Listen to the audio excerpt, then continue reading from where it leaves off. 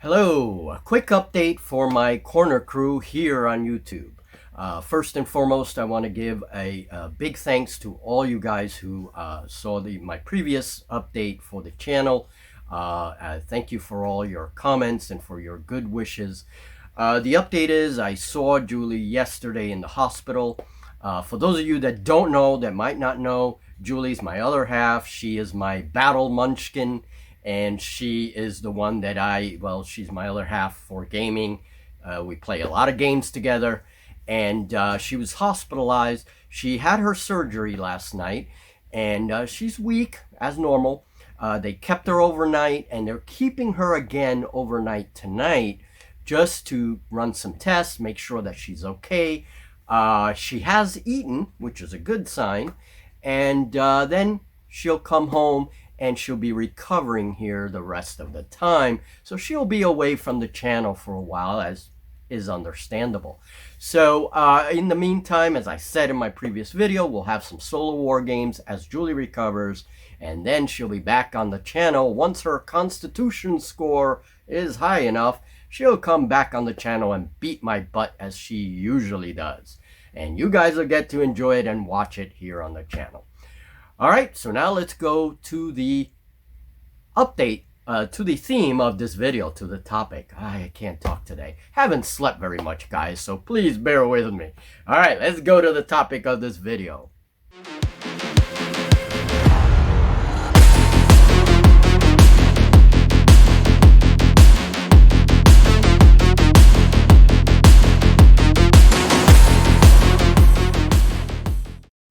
Okay, so 1st and 2nd century BC, cavalry.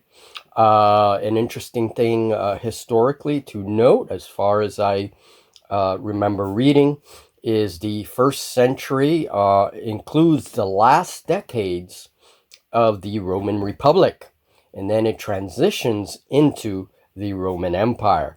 So I could potentially use this cavalry as an imperial unit, or I can use it as a late Republican support unit. And so italeri does sell 1st century infantry. So you do have like those final decades of the Roman Republic before it transitions into the empire. So that's interesting, you know. So if I really wanted to go historical, do a little more research, and then get you know, a cavalry, an infantry unit that would go more with the, you know, cavalry. And I'm using these in fantasy and in my alternate history. So, you know, but it is interesting to know, you know, some of the history of these units. All right, so here's some artwork by italeri, give you an idea of the different iconography on the shield. All right, I have not opened these as usual. I usually open them and get an idea of what they're like. So we're just gonna take off the tape and see what this unit is like. Oh, looks like, there we go. Okay. Okay, nice white, beige coloring. Good for base coating. I do like this background color.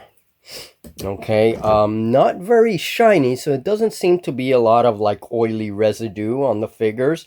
I usually give it a little wash with an old toothbrush and a little bit of soap, and that seems to work very well. Not bad detail on the horses, and you will have some cleaning up to do because this thing has to be cut and then filed a bit, and of course the bases have to be cut. But not bad. I mean, you know, and now I can see a little bit of shine to the models. So a little bit of soap and warm water will fix that. Lukewarm. Okay, nice. You can see all the straps on the horses. You know, you can see here the... that's pretty cool, this detail here. Right, below the saddle. Well, that's part of the saddle right there. Yeah, so that's the saddle. And yeah, very cool. Here are some of the shields. Oh, and the iconography is actually on the shields. So that's cool. And these are the big oval shields. Okay. Oh, you do have some guys on foot. That's cool. So you have a guy with a gladius and a guy with a probably a javelin or a pilum. Okay, we'll have to check the weapons. Okay. And the horsemen, it looks like you have spears. You also have some, these would be leaders, I would suppose, with the gladius. I could make them leaders. Right? Or just maybe they throw their spears, pull out their gladius. Good facial details. You could see the belt there. Not bad. Not bad models. I really like the detail on them. Let's see. Here's another angle. Okay. Not bad. That would make these 17 figures. Okay. So, not bad. Okay. It's not bad. 15 riders, so that's a good amount of cavalry for a game. And we're gonna put a couple together so you can see them glued together, and then we'll talk just a little bit about the games that this cavalry unit will appear in. And here I have my little Imperial Romans, and they needed some cavalry desperately, and so even if they're not from the same age, I'm gonna use this cavalry with them. Okay, so that sounds good. All right, moving on. Okay, and here are a couple of the poses assembled. You have two poses for the horses, and it looks like a couple of poses for the spearmen. I could be wrong. I didn't check all of them. Not a lot of pose variety, but still very cool figures. They are kind of looking in the same direction, it seems.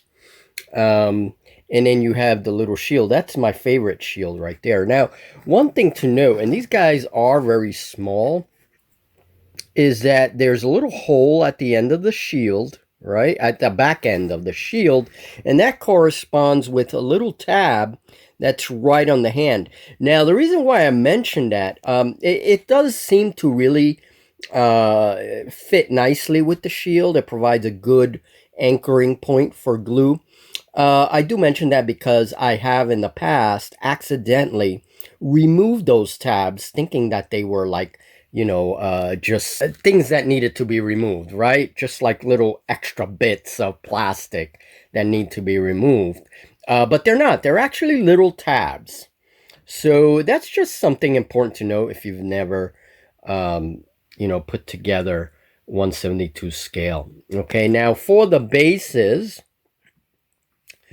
I have put sandpaper, and then what I'm going to do, I haven't glued the horses yet, because what I'm going to do is paint the sandpaper and give it a dry brush, and then glue the figure on afterwards. And I'm going to paint the horses and the riders separately, and so I just mount my riders on a little with a little bit mounting putty from Loctite. Okay, and just prepare it. And I have a bunch of these ready. I usually paint like 5 or 6 at a time, and this is the Loctite putty that I like to use. It's like a tack putty, and it works well for painting. Works well to hold the figures temporarily. All right, so here we have a centurion, and there is the cavalryman as a scale, example of scale. Okay, so there they go. Very cool. Cool figures. All right, what games will these cavalrymen start their careers with? Let's take a quick look at that. So what am I using these 1/72 scale models for? Well, one game is Of Gods and Mortals by Osprey Games. And I really like the theme to this game. This is the same author that wrote the mechanic for Song of Blades and Heroes, Advanced Song of Blades and Heroes. And It's a good system. I like it. I love the theme. It concentrates mostly on the gods of antiquity, and I'm actually sculpting my own gods for use in this game. But all the mortals and many of the legends are going to be in 172 scale. So that's one use, and that's why I'm collecting a lot of the figures that you see.